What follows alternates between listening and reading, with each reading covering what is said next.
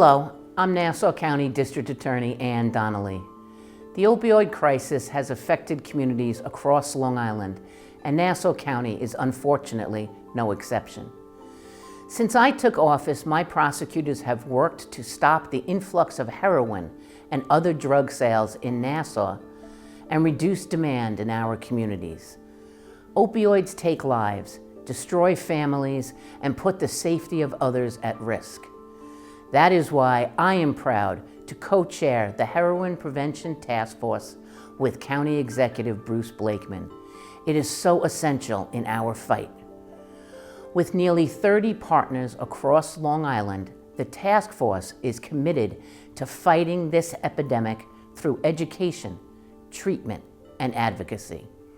Our mission is to reduce substance use, protect the public, and teach them about signs of addiction, and promote a stigma-free environment for all who seek treatment.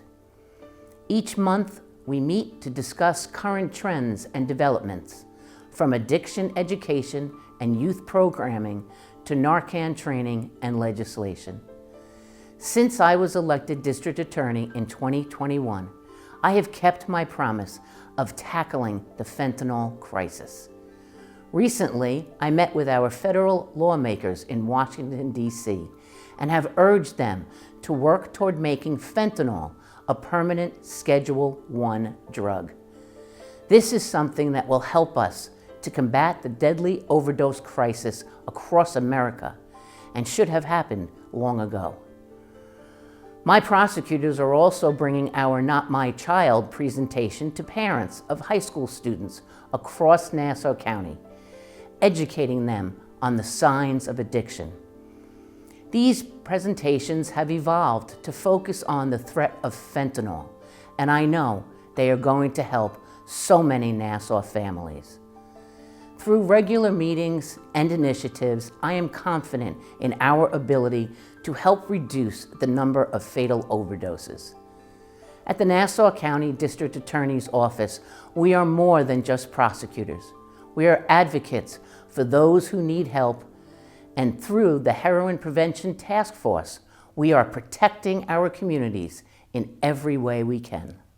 The best thing about the Heroin Prevention Task Force is that when we come together on a monthly basis, we're able to hear from each other about what is happening in each individual community or neighborhood, and therefore recognizing that it is similar issues going on in each community and neighborhood. And then together we can respond to those needs across the county by providing huge conferences or huge webinars, reaching more Nassau County residents or professionals, teachers, students, and our efforts are not duplicated but streamlined. But we've worked closely with the District Attorney's Office on numerous different events to be able to provide education. They've always been very supportive.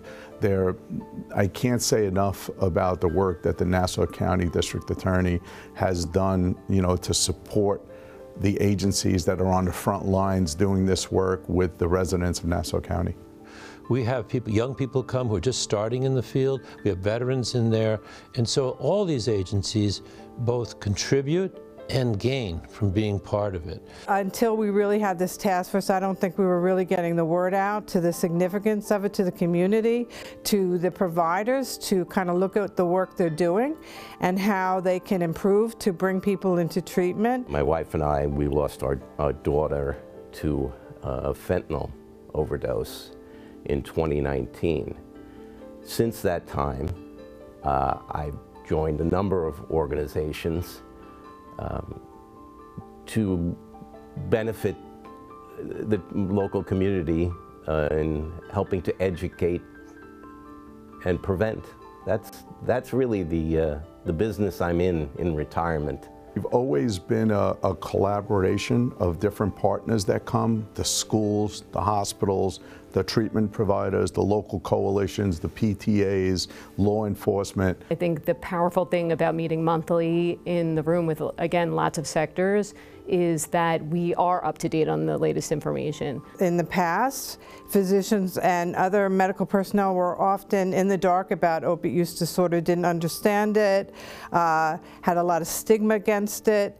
So this is like going a long way at improving the future, improving even currently what's happening.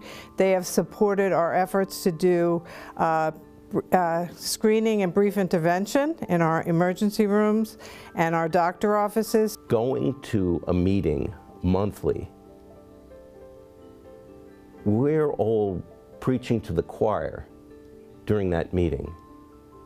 It's taking what happens at that meeting and bringing it out to the community. People who would have, in the past, very opposed to medication or very, only one thing works in their mind as for a person to get help has reduced significantly. If it's a new substance or a new substance trend coming, it might not have hit our community yet or the communities we serve yet, but you know that it's coming and you're more prepared for that. So you're able to get information out there prior. So I think that's a strength of the coalition, just knowing things before they even get to your own community. People who are concerned, parents, kids, agencies, counselors, government officials can talk about what is occurring right now, what can we do right now, what kind of legislation do we need right now, and where can you get help? That's the key. And I'm optimistic. Hi, I'm Nassau County Executive Bruce Blakeman. Since taking office, my administration has prioritized cracking down on the sale and use of deadly drugs like heroin and fentanyl, while expanding education, treatment, and prevention efforts.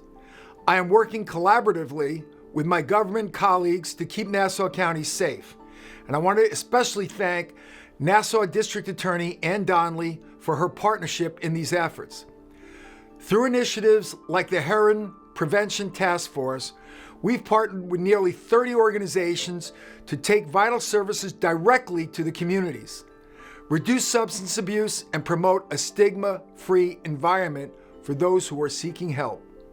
My administration has invested over $39 million in awarded contracts, including 8 multi-year commitments into programs and services to combat this crisis. These efforts include innovative solutions like wastewater testing, which tracks opioid use and evaluates the impact on prevention programs. This helps us respond swiftly to health emergencies to protect our communities. In collaboration with my office, Nassau University Medical Center is expanding opioid treatment to include outpatient care. We've enhanced early intervention, improved inpatient care flow, and increased the use of medication-assisted treatment. Patients now leave with Narcan kits, and we've partnered with NUMIC to provide Narcan training and community education.